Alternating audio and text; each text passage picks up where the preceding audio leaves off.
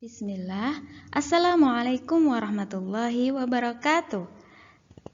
Alhamdulillah, hari ini kita akan melanjutkan materi sebelumnya ya, yaitu tentang iman kepada malaikat-malaikat Allah. Ini bagian yang kedua. Yuk kita awali dengan bismillah bersama-sama. Bismillahirrahmanirrahim. Hari ini kita akan mengulang kembali materi sebelumnya dan juga membahas beberapa hal penting terkait materi iman kepada malaikat Allah. Kita ulang dulu yang kemarin ya. Makna beriman kepada malaikat-malaikat Allah, yaitu meyakini atau percaya akan adanya malaikat-malaikat Allah. Meliputi apa saja kemarin? Ya, keberadaan atau wujudnya.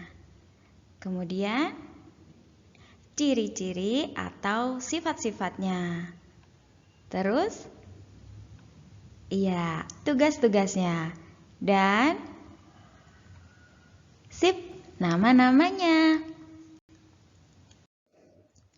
Jangan lupa mengimani malaikat Allah hanya sebatas apa saja yang dikabarkan kepada kita melalui Al-Quran dan hadis. Dikabarkan oleh Allah Ta'ala melalui Al-Quran dan dikabarkan oleh Rasulullah Sallallahu Alaihi Wasallam dalam hadis. Itu yang perlu dicatat. Di luar itu tidak perlu diimani. Kemudian kita ulang lagi ciri-cirinya ya, biar mantap. Yang pertama, malaikat merupakan makhluk Allah yang mulia, ciptaan Allah yang dimuliakan oleh Allah, seperti sesuatu yang spesial, berbeda dengan kita. Manusia mempunyai keistimewaan sendiri, tetapi sifat-sifatnya jauh berbeda dengan malaikat ya. Kemudian malaikat berasal dari cahaya. Sudah jelas ya?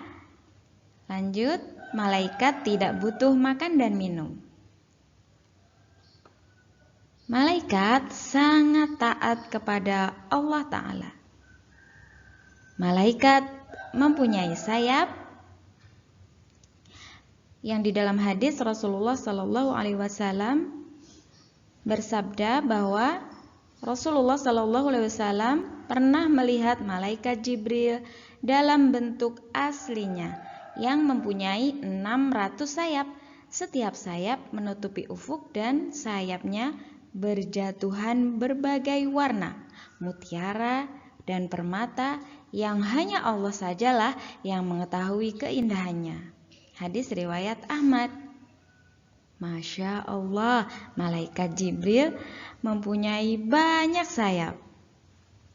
Kalau di pembahasan sebelumnya, di dalam hadis disebutkan ada yang mempunyai 2 sayap, ada yang mempunyai 4 sayap. Berbeda-beda ya antara malaikat yang satu dengan yang lainnya. Tetapi malaikat Jibril memiliki 600 sayap. Masya Allah, banyak ya. Dan ciri-ciri yang selanjutnya adalah malaikat bersifat gaib, yaitu manusia tidak mampu menyaksikannya secara langsung.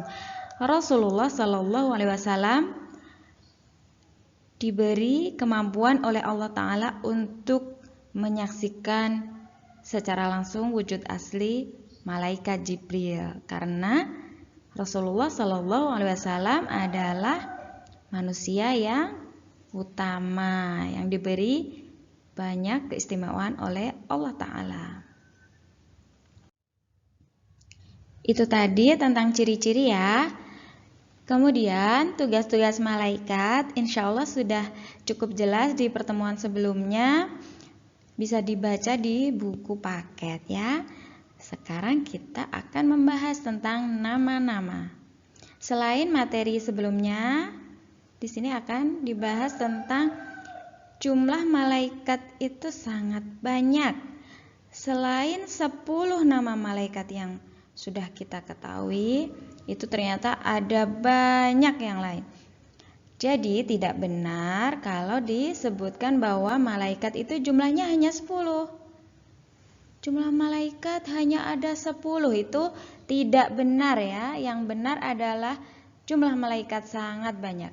Di dalam hadis disebutkan sampai puluhan ribu. Masya Allah, banyak sekali ya. Kemudian Allah Ta'ala menamai malaikat dengan Jibril, Mikail, Israfil. Berakhiran il ya. Il itu merujuk kepada kata ilah. Maksudnya adalah hamba Allah.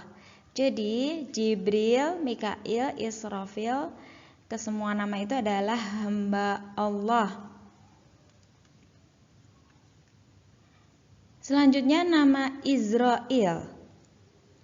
Kemarin Ustadzah menyebutkan di antara 10 nama malaikat itu ada Israel, yaitu malaikat yang bertugas mencabut nyawa.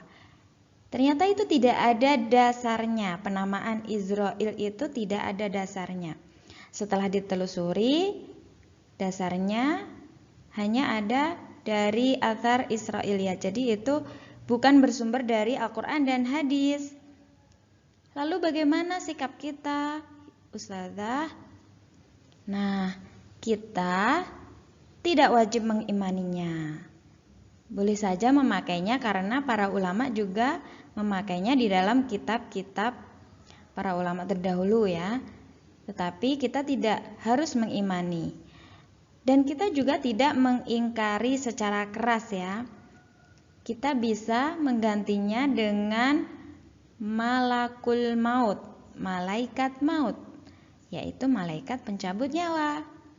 Karena itu jelas terdapat di dalam Al-Quran. Malakul maut, bukan malaikat Israel ya. Kita tidak wajib mengimani nama-nama, sifat, ciri, apapun yang disebutkan di luar dasar yang jelas dari Al-Quran dan hadis. Sekali lagi, kita tidak wajib mengimani. Kemudian nama Israfil itu bukan hanya bertugas meniup sangkakala, tetapi disebutkan membantu pasukan umat Islam. Juga disebutkan bahwa malaikat Israfil itu memikul arsy. Jadi banyak tugas malaikat ya. Satu malaikat saja bisa tugasnya banyak. Dan selanjutnya yang perlu diperhatikan adalah satu nama bisa berarti untuk banyak malaikat.